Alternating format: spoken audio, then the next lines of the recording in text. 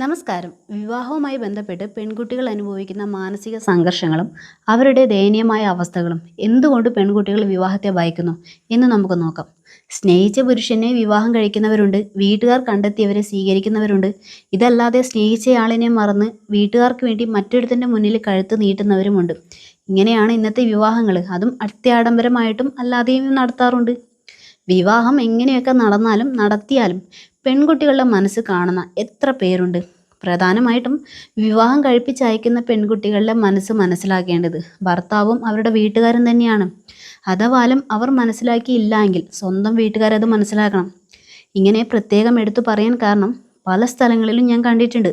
വിവാഹം കഴിപ്പിച്ചയച്ച പെൺകുട്ടി ഭർത്താവിൻ്റെ വീട്ടിൽ എന്തെങ്കിലും വിഷമം ഉണ്ടായിട്ട് വന്ന് നിൽക്കുകയാണെങ്കിൽ ആദ്യം ഒന്ന് സ്വീകരിക്കും. പിന്നെ അവൾ സ്ഥിരമായി അവിടെ നിൽക്കും എന്ന് തോന്നിയാൽ പിന്നെ തുടങ്ങും, നീ ഇങ്ങനെ വന്ന് നിന്നാലേ മറ്റുള്ളവർ എന്ത് വിചാരിക്കും, ഇതിനാണോ നിന്നെ ഇത്രയും ആഡംബരമായിട്ട് കെട്ടിച്ചു വിട്ടത്.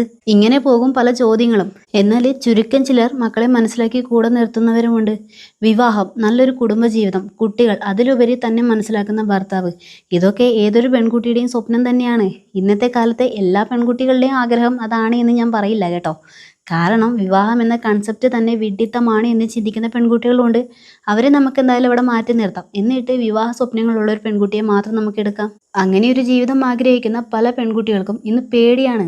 ഭാവി ജീവിതം എങ്ങനെയായിരിക്കും, താൻ ഇപ്പോൾ കാണുന്ന ആൾ തന്നെ ആയിരിക്കുമോ വിവാഹശേഷവും, അതോ അയാൾ വീട്ടുകാർക്ക് വേണ്ടി മാത്രമാണോ വിവാഹം കഴിക്കുന്നത്, അല്ലെങ്കിൽ അയാളുടെ താല്പര്യങ്ങൾക്ക് വേണ്ടി മാത്രമാണോ എന്നിങ്ങനെയാണ് പല പെൺകുട്ടികളുടെയും മനസ്സിലെ ചിന്തകളെ. ഇങ്ങനെയുള്ള പെൺകുട്ടികൾക്ക് ആശ്വാസം നൽകാനും അവരെ ആശ്വസിപ്പിച്ച് കൂടെ നിർത്താനും വിവാഹം കഴിക്കുന്ന ആളിന് മാത്രമേ സാധിക്കുകയുള്ളൂ. കാരണം രണ്ട് വീട്ടുകാരും എന്തൊക്കെ പറഞ്ഞ് ആശ്വസിപ്പിച്ചാലും ഇനിയുള്ള കാലം മുഴുവനും അയാളുടെ കൂടെയാണ് അവൾ കഴിയേണ്ടത്. അതുകൊണ്ട് തന്നെ അങ്ങനെ ഒരു ആശ്വാസം നിങ്ങൾക്ക് ലഭിക്കുന്നില്ല എങ്കിൽ, അതായത് ആ ഒരു പെൺകുട്ടിക്ക് ലഭിക്കുന്നില്ല എങ്കിൽ, പിന്നെ ഒരു നിമിഷം പോലും ആ ഒരു ബന്ധത്തിൽ കടിച്ചു തൂങ്ങി നിൽക്കരുത് ആർക്കു വേണ്ടിയും. ചിലപ്പോൾ വിവാഹത്തിന് മുൻപും അല്ലെങ്കിൽ പ്രണയിച്ച് നടക്കുമ്പോഴും നിങ്ങളെ ചേർത്ത് നിർത്തിയവർ വിവാഹശേഷം സ്വഭാവം മാറിയാലും ഇതിനു മുമ്പ് തന്നെ ഒരുപാട് സ്നേഹിച്ച ആളല്ലേ എന്ന് കരുതിയിട്ട് സർവം സഹയാകരുത് കേട്ടോ. കാരണം ഒരിക്കൽ നിങ്ങളെ ആത്മാർത്ഥമായി സ്നേഹിച്ചയാളിന് പെൺകുട്ടിയുടെ ഭാഗത്ത് നിന്ന് മറ്റൊരു തെറ്റും ഇല്ലാതെ അവളെ വെറുക്കാനും ദ്രോഹിക്കാനും സാധിക്കില്ല. നിങ്ങളുടെ മനസ്സ് മനസ്സിലാക്കി സ്നേഹിച്ച ആളിന് മാത്രമാണ് കേട്ടോ.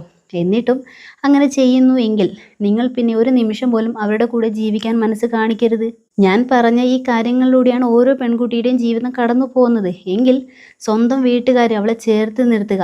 അല്ലാതെ അന്തസ്സിൻ്റെയും മാനക്കേടിൻ്റെയും ചിലവുകളുടെയും പേര് പറഞ്ഞ് മകളെ ഒറ്റപ്പെടുത്തരുത്.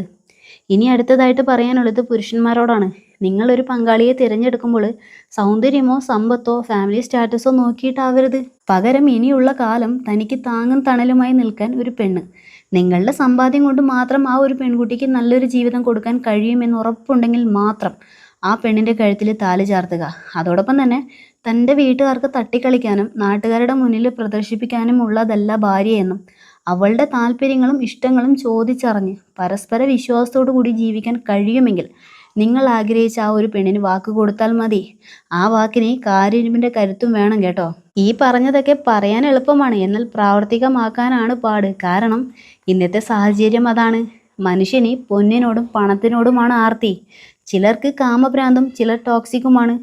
അതുകൊണ്ട് തന്നെ പെൺകുട്ടികൾ വിവാഹത്തെ കൂടുതലായി ഭയക്കുകയും ചെയ്യുന്നു.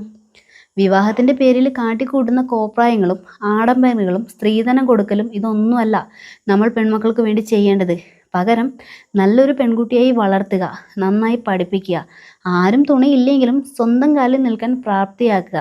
ഇനി പെൺകുട്ടിയെ സ്വീകരിക്കുന്ന വീട്ടുകാരോട്, അവൾ നിങ്ങളുടെ വീട്ടിൽ അടുക്കളക്കാരിയാവാൻ വന്നതല്ല കേട്ടോ. അവൾ നേടിയെടുത്ത വിദ്യാഭ്യാസ യോഗ്യതകൾ നിങ്ങളുടെ ഷെൽഫിൽ അടച്ചു വെക്കാനുള്ളതുമല്ല. അവളുടെ അച്ഛനമ്മമാരെ ഒരു ആയുഷ്കാലം മുഴുവനും കഷ്ടപ്പെട്ടാലും തീരാത്ത ബാധ്യതകൾ വരുത്തി വെച്ചിട്ട് അവൾക്ക് കൊടുക്കുന്ന സ്വർണം ബലമായി നിങ്ങൾക്കോ നിങ്ങളുടെ മകനോ ഉപയോഗിക്കാനുള്ളതല്ല. ഉള്ളതെല്ലാം കൊടുത്ത് അവളെ നിങ്ങളുടെ മകൻ്റെ കൂടെ പറഞ്ഞു വിടുന്നത് നാളെ നിങ്ങളോ അല്ലെങ്കിൽ അവളുടെ വീട്ടുകാരോ അവർക്കില്ലാതെ ആയാലും അവൾക്കും അവളും താങ്ങും തണലുമായി ജീവിക്കാൻ വേണ്ടി മാത്രമാണ്. അതുകൊണ്ട് തന്നെ അവളുടെ കഴിവുകൾ അടിച്ചമർത്താതെ അവളിൽ നിന്ന് ഒന്നും തട്ടിയെടുക്കാതെ ജീവിക്കാൻ അവരെ അനുവദിക്കണം. പിന്നെ ഒരു കാര്യം, നിങ്ങളുടെ മകൻ്റെ ദുശീലങ്ങൾ മാറ്റുവാനും അതേപോലെ ദുർനടപ്പ് നേരെയാക്കാനും വേണ്ടി ഒരു പെണ്ണിനെയും ബലി കൊടുക്കാൻ തയ്യാറാവരുത് കേട്ടോ. ഇനി അടുത്തതായിട്ട് പറയാനുള്ളത് വിവാഹ ബ്രോക്കർമാരോടാണ്. പയ്യൻ്റെയും വീട്ടുകാരുടെയും യഥാർത്ഥ സ്വഭാവം മറച്ചു പിടിച്ച് കമ്മീഷന് വേണ്ടിയിട്ട് ഒരു പെണ്ണിൻ്റെ ജീവിതം നശിപ്പിക്കരുതേ.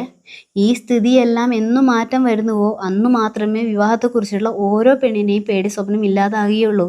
വിവാഹം എന്ന സ്വപ്നവുമായി ജീവിക്കുന്ന പെൺകുട്ടികളുടെ കാര്യം മാത്രമാണ് കേട്ടോ ഞാൻ പറഞ്ഞത്. അതായത് സ്വന്തമായി കുടുംബം, നല്ലൊരു ഭാവി ജീവിതം ഒക്കെ സ്വപ്നം കാണുന്ന പെൺകുട്ടികൾക്ക് ഇത്തരം ഒരു സാഹചര്യം ഭയപ്പെടുന്നത് തന്നെയാണ്. നിങ്ങളൊന്ന് ആലോചിച്ച് നോക്കിക്കേ.